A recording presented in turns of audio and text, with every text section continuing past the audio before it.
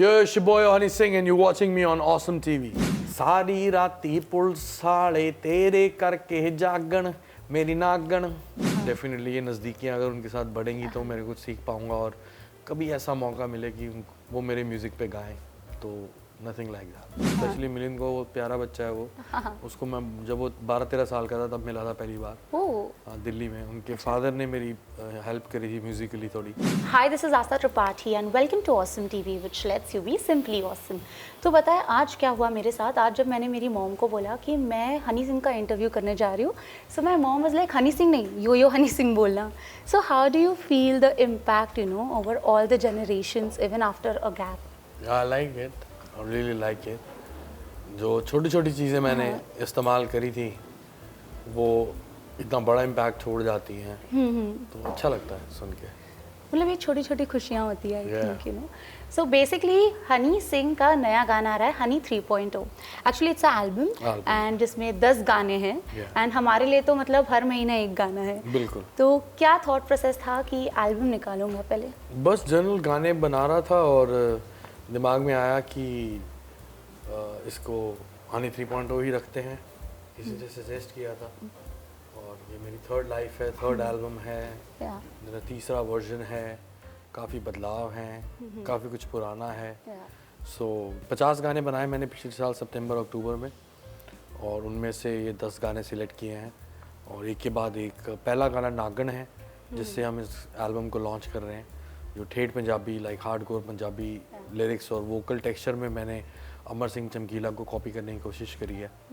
So I hope सबको पसंद आएगा। मैं ये नहीं पूछूंगी कि आपने ब्रेक क्यों लिया, पर मुझे ये ज़रूर जानना है कि आपने ब्रेक से क्या सीखा। मैंने हर चीज़ से, स्पीड से भी बहुत कुछ सीखा था, सक्सेस से भी बहुत कुछ सीखा था, ब्रेक ने भी थोड़ा बहुत सिखाया। मैं ये नहीं कहूँगा कि ब्रेक ने कुछ सिखाया, अगर मेरे में कुछ ना होता, जिसे बोलते हैं कि स्ट्रेंथ ना होती तो मैं ब्रेक से वापस ना आ पाता।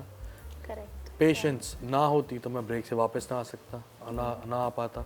तो ये स्ट्रेंथ, पेशेंस, ये सब मेरे में थी, तो तभी मैं ये कह रहा हूँ कि ब्रेक ने मुझे कुछ खास नहीं सिखाया, मैं ऑलरेडी सिखाया था। कहते हैं ना कि हम जब एक पीक पर होते हैं तो सब हमारे साथ होते हैं, बट जब हमारा लोएस्ट पॉइंट होता है तो बहुत स्पेशल लोग होते हैं जो हमारे साथ होते हैं। आपके ये जो लोएस्ट पॉइंट था तब कौन था? मेरा परिवार था। मेरे दोस्त थे, मेरे फैंस थे, जिनकी वजह से और जिनके लिए मैं वापस आने की कोशिश कर रहा हूँ हनी 3.0 एल्बम के ज़रिए। और जिनको ये शिकायत थी कि मेरा पुरानी लुक नहीं है, उसके ऊपर मैंने काम किया, पुराना हेयर कट चाहिए था, उस पर मैंने वो लेकर आया। तो फाइनली बस अब आपके कोर्ट में बॉल है, आपने इसको घुमानी और गोल करने। बट फैंस ना हमेशा से आपका इंतज़ार कर रहे थे एंड ऑफ कोर्स आपके गाने तो आ रहे थे, बट ये जो प्रॉपर एल्बम्स है, बिकॉज आई नो कि आप ऐसे ऐसे गाने बनाते थे ना कि हम सब वाइब करते थे एंड आज की जो जनरेशन है वो भी वाइब करने वाली है। तो अभी क्या चेंजेस किया आपने जेनजी के हिसाब से? जेनजी के हिसाब से मैं समझ रहा हूँ बेसिकली जेनजी को, मैं इतना समझा नहीं हूँ अभी, क्योंकि मैं अगर अभी जेनजी को पकड़ने में जाऊंगा तो जो मेरी पुरानी ऑडियंस है वो नाराज़ हो जाएगी कि हनी सिंह इतना नया क्यों कर रहा है। काफ़ी कुछ करने को मैं बहुत कुछ नया प्रेजेंट कर सकता था अभी, लेकिन मैंने दोनों चीज़ों को बैलेंस करने की कोशिश करी है। और मुझे ऐसा लगता है कि टचवुड जो मेरे फैंस की स्ट्रेंथ है वही मेरे को माउथ टू माउथ पब्लिसिटी से यूट्यूब के पहले दौर से ही प्रमोट करती आई। तो वो डेफिनेटली जेनजी को अगर वो प्रेजेंट करे कि नहीं ये सुनो हनी सिंह को, ये था हनी सिंह और ये है नया हनी सिंह, तो वो आई थिंक ज़्यादा बेहतर होगा बजाय इसके कि मैं जेनजी को टारगेट करूं। जेनजी को मैं समझ रहा हूँ, जेनजी को क्या चाहिए क्या नहीं चाहिए, उसमें वक्त लगेगा मुझे। एरा बदल रहा है, पर आपने जो गाने जहाँ से छोड़े वहाँ से ही लोगों ने फिर से पिकअप किए और फिर फेमस हो गए, तो उस पर आपका क्या कहना है? बस अच्छा है, ऊपर वाला उनको भी सक्सेस दे। और उन्होंने कमी पूरी करी मेरी, और कमी तो पूरी नहीं करी, मतलब मेरी जगह नहीं ले पाए लेकिन मेरी कमी पूरी करी। ओके, जगह नहीं ले पाए, करेक्ट, ऑफ कोर्स, ये फर्क, ये जगह तो नहीं ले, कोई नहीं ले सकता, ये फर्क था। तो बाकी उनके लिए भी ऑल द बेस्ट है। और बस वही थॉट ओवरऑल मैं यही बताना चाहूँगा अपने फैंस को भी कि मैं पुराना हनी सिंह 12, 13, 14 वाला हनी सिंह या 10, 11 वाला हनी सिंह वाला कंटेंट ज़्यादा नहीं लेकर आना चाहता, क्योंकि जब मैं गायब हुआ 2014 के बाद तो काफ़ी सारे लोग वो चीज़ करने लग गए। तो अगर मैं भी वही चीज़ करूँगा तो उनमें और मेरे में कोई फ़र्क नहीं रहेगा। आपने हनी सिंह को पहले क्यों पसंद किया? क्योंकि वो हमेशा कुछ ना कुछ नया लेकर आता था। हाँ। तो मैं हनी 3.0 में भी कुछ नया लेकर आ रहा हूँ, लेकिन मैं हूँ वो आपका वही हनी सिंह जो है हनी सिंह। थोड़ा सा स्नीक पीक तो बनता है कि सपनी वर्गी तेरी अदावां कील पटारी तैनू पावां नागण तू मेरी नागण सारी राती पुलिस वाले तेरे करके जागण मेरी नागण। So it's just fun song. मतलब पता है आप जब गाते हो ना तो अपने आप सामने वाला एंजॉय करने लगता है, ऐसा नहीं वैसे दिमाग में नहीं होता है कि ठीक है, मतलब वो वाइब अपने आप आ जाती है।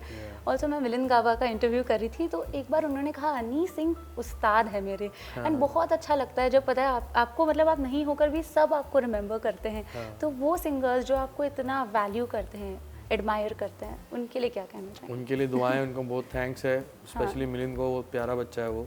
उसको मैं जब वो 12-13 साल का था तब मिला था पहली बार। ओह दिल्ली में उनके फादर ने मेरी हेल्प करी थी म्यूज़िकली थोड़ी। अच्छा। तो तब मैं म्यूज़िक पंजाब में बनाना शुरू कर रहा था। तो उन्होंने ढोलक के जो सैम्पल्स होते हैं वो मुझे दिए थे। तो तब से मैं उसको जानता हूँ। वो तो बहुत प्यार करता है। बहुत सारे ऐसे आर्टिस्ट हैं जो मुझे फॉलो करते हैं और उसको एक्नॉलेज भी करते हैं और बोलते भी हैं। तो उसके लिए बहुत थैंक्स है सबका, भाइयों का। और पेरिस का ट्रिप जो गाना आया था उसमें भी मैंने देखा है ढोल की बज रही थी। हाँ, उसमें ढोल की बज रही या थी। That was cherry on the cake, क्योंकि कहीं ना कहीं वो भी आपने दोनों मतलब जिस तरह से मर्ज किया था। तो आई थिंक हनी 3.0 में भी हमको कुछ डिफरेंट तो फ्लेवर मिलेगा। डिफरेंट है, सारा कुछ डिफरेंट है। पहले जब मैंने एल्बम अपनी प्रोड्यूस करनी शुरू करी थी तो उसमें मेरी बीट्स नहीं थी। उसमें बेस योगी की बीट्स थी सिर्फ। लेकिन फैंस की बहुत रिक्वेस्ट है कि हमें आपका म्यूज़िक चाहिए, तो इस एल्बम में मेरी भी काफ़ी बीट्स हैं, मेरा म्यूज़िक भी काफ़ी गानों में है।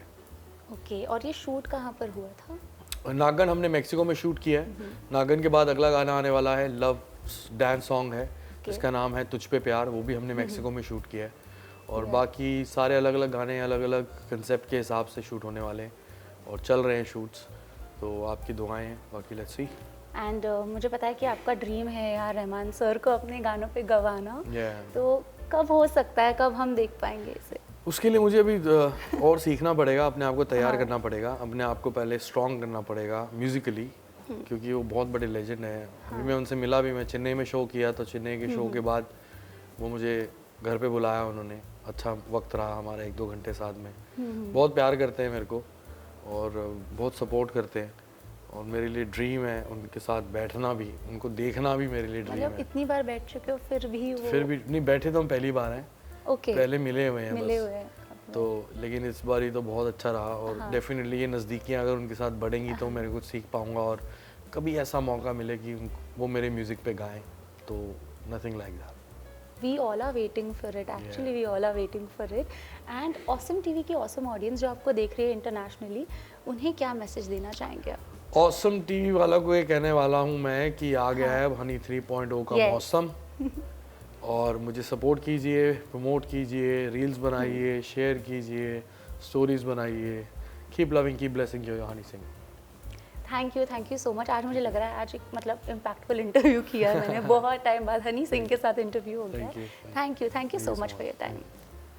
सारी राती पुलिस वाले तेरे करके जागण मेरी नागण। डेफिनेटली ये नज़दीकियाँ अगर उनके साथ बढ़ेंगी तो मेरे कुछ सीख पाऊंगा और कभी ऐसा मौका मिले कि वो मेरे म्यूज़िक पे गाएं, तो nothing like that. Specially Milind को, वो प्यारा बच्चा है वो। उसको मैं जब वो 12-13 साल का था तब मिला था पहली बार। दिल्ली में उनके फादर ने मेरी हेल्प करी थी म्यूज़िकली थोड़ी।